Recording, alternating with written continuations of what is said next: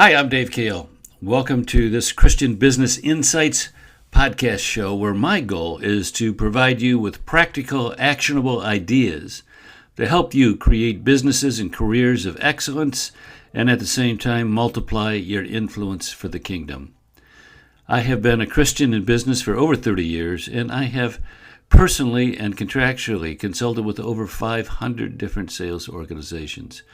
So in these podcasts, I combine the lessons that I have learned with an out-of-the-box experience and perspective on Christianity that you will find challenging.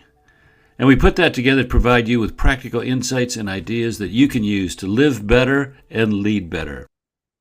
Hi, I'm Dave Kale. And if you're a Christian salesperson, you're dealing with the tensions of being a Christian salesperson, I have some words of encouragement for you.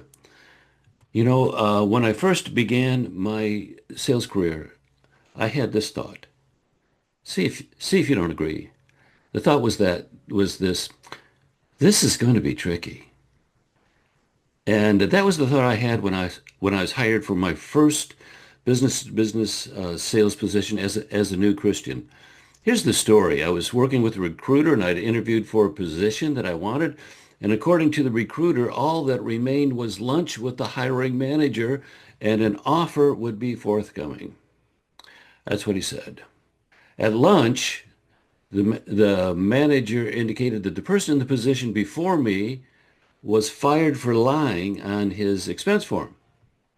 Well, I thought that's an opportunity to, appeal to one of my strengths. So I said, well, I'm a Christian, and that's not something I would do. Lunch ended and no offer came. And in a post-lunch conversation, the recruiter said that the hiring manager was concerned about me voicing my Christianity, afraid that I would try to proselytize the customers. Well, a couple of conversations later, I was hired. And it was then that I thought, this is going to be tricky. Now, that was decades ago. And since then, I have made my living in the world of sales.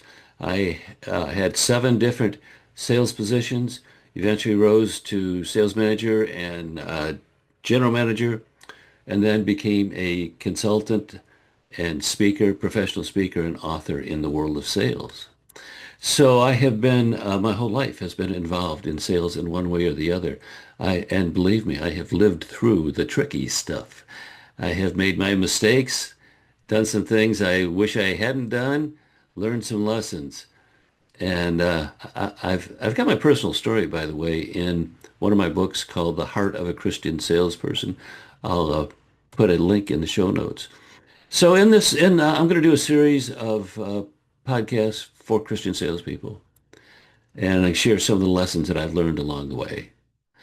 So where do you start? Day one, Christian salesperson, how do you figure this thing out? And my first recommendation is to absorb a mindset. A mindset. How you think of yourself is the starting point. We're told in Romans 12:2, do not be conformed to the pattern of this world, but be transformed by the renewing of your mind. And so too, that applies very specifically to us in this situation. We need to be transformed by the renewing of our mind. The whole thing starts with how we think and how we think about ourselves. You are not a second-class Christian. You have nothing to be ashamed of, nothing to be hesitant to share.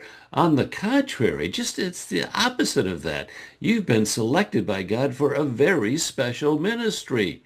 You're not a salesperson, you're a minister of sales.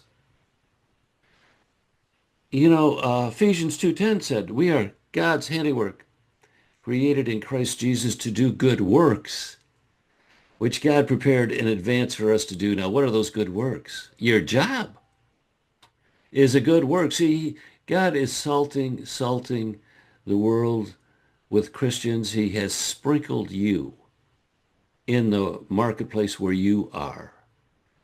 He wants to share his love and grace in the entire world, and he sprinkled his people around, and you're one of them. You're salt in the world in which you inhabit. He sprinkled you into this marketplace because he wanted you there. Now that doesn't mean that you are to preach to your customers. It doesn't mean that you have to leave tracts in the waiting rooms. It doesn't mean that, but it does mean certain things.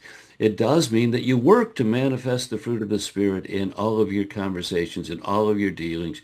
You try to be, you try to be a Christian in everything you do. And that means that not only do you try to proactively do you try to build the fruit of the Spirit into your lives, but you also refrain from some things that would cast or would reflect poorly on Christ. So that means, no lies to customers. Don't lie. No exaggerations. No unfounded promises. No strip shows with customers. No lewd jokes or vulgar language. It does mean that. It does mean that you strive for excellence and influence. Excellence and influence. Excellence in your job. You ought to try to become the number one salesperson.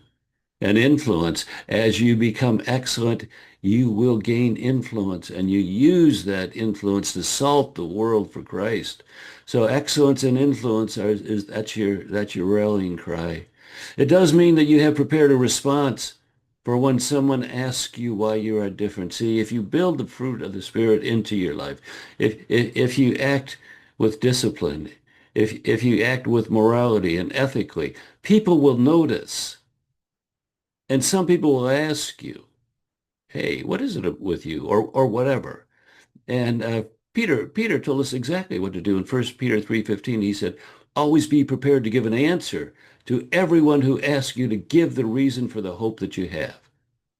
So be prepared. Be prepared to give an answer. And that means, you ought to prepare a personal testimony. I've got a link to an article on that as well. It does mean that you take every major proposal and every customer, every visit, every customer, every challenge, you take it to the Lord in prayer. Before you do anything, prayer is the first step in anything. So before a sales call, before a plan, before you create a proposal, before a phone call, you just bring it all to the Lord every day, every day. Every day you ask yourself, okay, what would a minister of sales do in this situation? You take on that mindset, and that mindset will reach out and touch everything that you do. Now, your world will be tricky, and there will be lots of situations that seem fuzzy and troubling.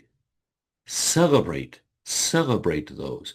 Every bit of adversity, every obstacle, every challenge is an opportunity to grow closer to God and to extend your excellence and influence. Few professions are so full of opportunities to influence others, to contribute to your employer, and to grow closer to God. You are truly in a special place. Good for you.